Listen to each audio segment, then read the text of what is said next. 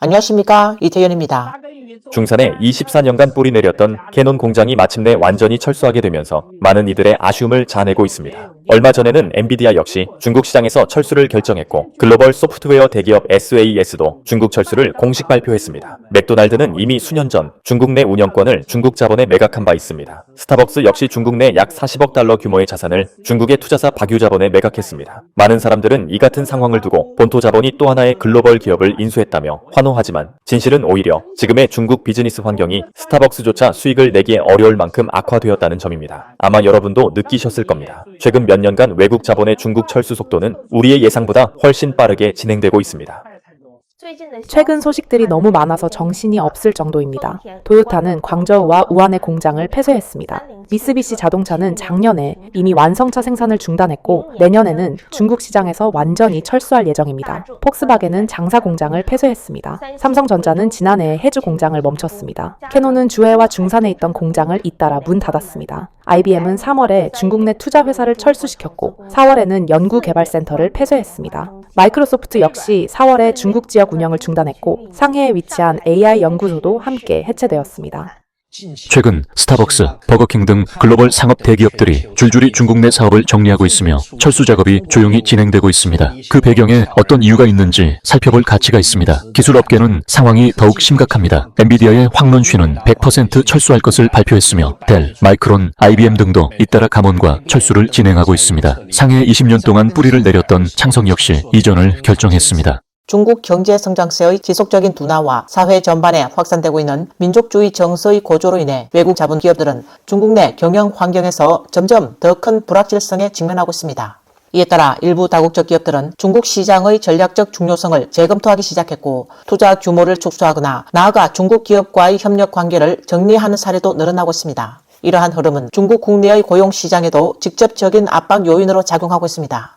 이런 가운데 최근 일본 영상 장비 제조업체 캐논은 광동성 중산시에 위치한 프린터 공장을 폐쇄하겠다고 공식 발표했습니다. 캐논은 향후 사업의 중심을 의료 영상 장비와 반도체 장비 등 고부가 가치의 분야로 전환할 계획이라고 밝혔습니다. 이번 구조조정으로 약 1,400명의 직원이 영향을 받게 되며 캐논 측은 해당 직원들에게 경제적 보상과 재취업 지원을 제공하겠다고 설명했습니다. 다수의 직원들은 회사의 사후 조치에 비교적 이해와 수용의 뜻을 나타낸 것으로 전해졌습니다. 캐논 주식회사는 2001년 6월 12일 중국에 진출해 광동성 중산시 화그개발구에 독자 법인인 캐논 사무기기 유한회사를 설립하며 본격적인 현지 생산을 시작했습니다. 이후 24년간 운영되어 온 이 공장은 2015년 11월 21일 마지막 생산 라인이 공식적으로 중단되면서 역사의 막을 내리게 됐습니다.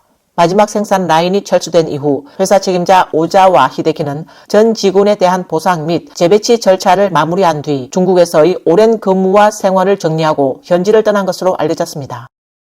캐논 중국 지사의 총재는 원래 조용히 중국을 떠날 계획이었지만 결국 직원들에게 알려졌습니다. 300명이 넘는 직원들이 보안 인력을 뚫고 공항으로 몰려들었고 단지 총재의 마지막 모습을 보기 위해서였습니다. 이로 인해 항공편은 18분 지연되었다고 합니다. 캐논은 비록 중국에서 철수했지만 직원들에게 제공한 퇴직 보상은 법적 기준을 훨씬 웃도는 수준이었습니다. 이 점은 많은 이들의 존경을 자아냈습니다. 이는 캐논은 감동을 남긴다는 말 그대로였습니다. 역사를 떠나 일본 기업들의 많은 운영 방식은 중국이 배워야 할 점이 많다는 말도 덧붙여졌습니다.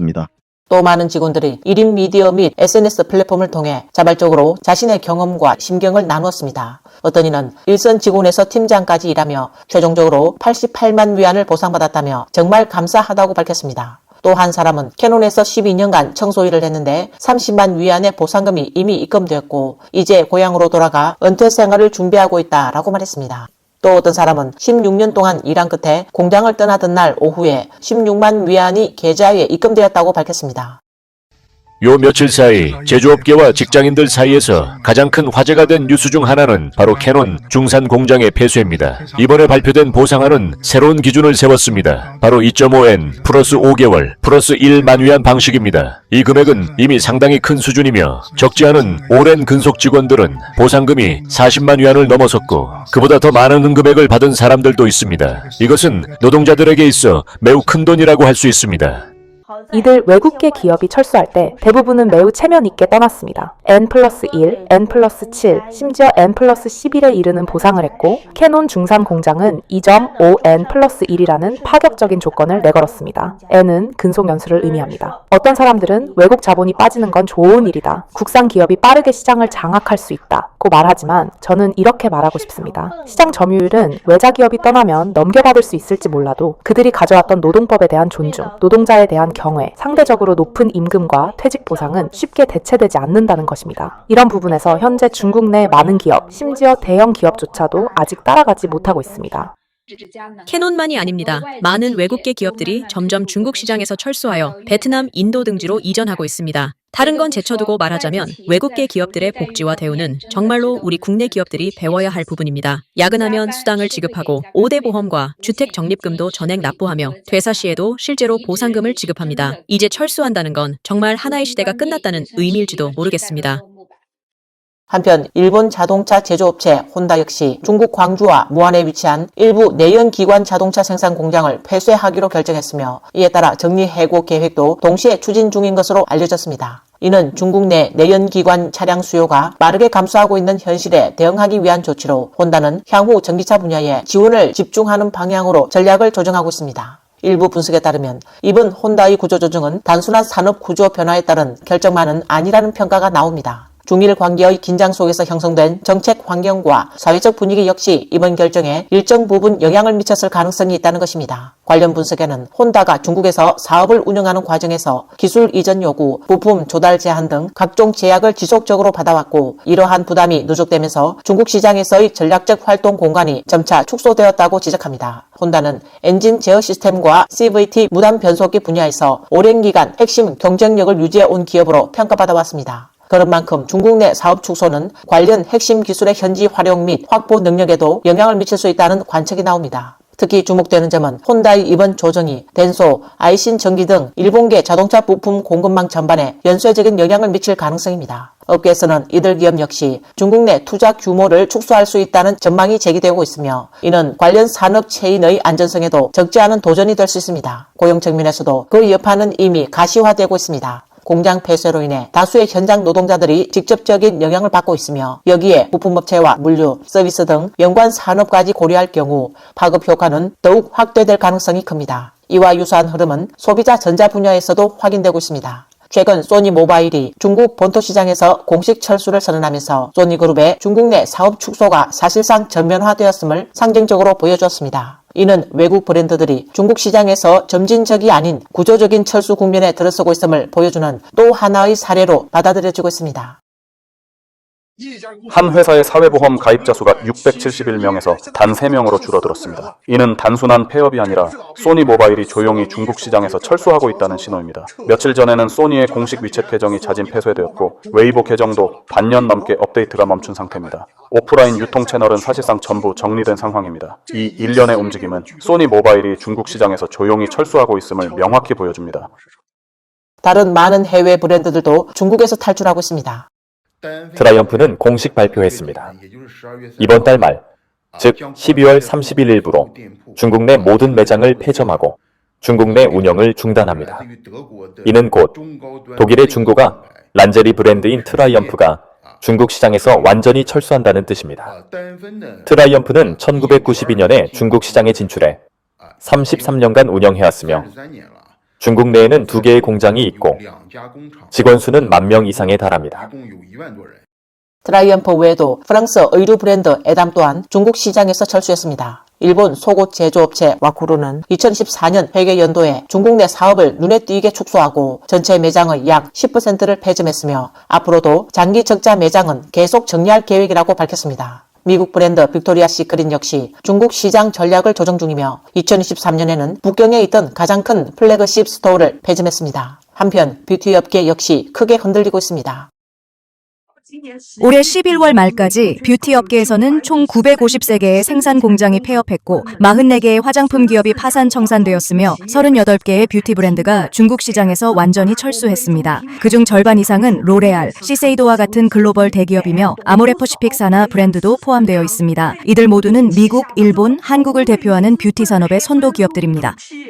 전반적으로 볼 때 한때 중국 본토에서 선풍적인 인기를 끌었던 한국식 메이크업과 한국 화장품 브랜드들은 현재 중국 시장에서 전반적인 판매 부진을 겪고 있는 상황입니다. 그러나 흔히 말하듯 동쪽이 어두우면 서쪽이 밝다라는 표현처럼 여러 주요 한국 화장품 기업들의 재무 보고서를 살펴보면 이들이 오히려 유럽과 미국 시장에서 새로운 성장 동력을 확보하고 있는 흐름이 확인됩니다. 대표적으로 아모레퍼시픽의 경우 2025년 3분기 기준 해외 시장 매출 비중이 43.4%까지 상승했으며 이는 전년 동기 대비 2.9% 증가한 수치입니다. 그 중에서도 미국 시장 매출 비중은 15%를 초과하며 중국 의존도를 줄이는 대신 서구 시장 중심의 구조 전환이 본격화되고 있음을 보여주고 있습니다. 한편 최근 몇 년 사이 중국 시장에서 외국계 기업들의 철수 움직임은 점점 더 뚜렷해지고 있습니다. 다수의 외자 기업들이 중국 내 사업 규모를 축소하면서 현지 인력 감축 역시 지속적으로 이어지고 있습니다. 예를 들어 소주 지역을 보면 지난 5년간 외국계 기업에서 발생한 해고 인원만 30만 명을 초과한 것으로 알려졌으며 이로 인해 과거 외자 기업들이 임차하던 오피스 빌딩들의 공식률 역시 눈에 띄게 상승하고 있습니다. 통계만 놓고 보면 다소 혼란스러운 지점도 있습니다. 2024년 한 해 동안 중국에 새로 등록된 외자 기업 수는 약 6만 개로 전년 대비 약 10% 증가했습니다.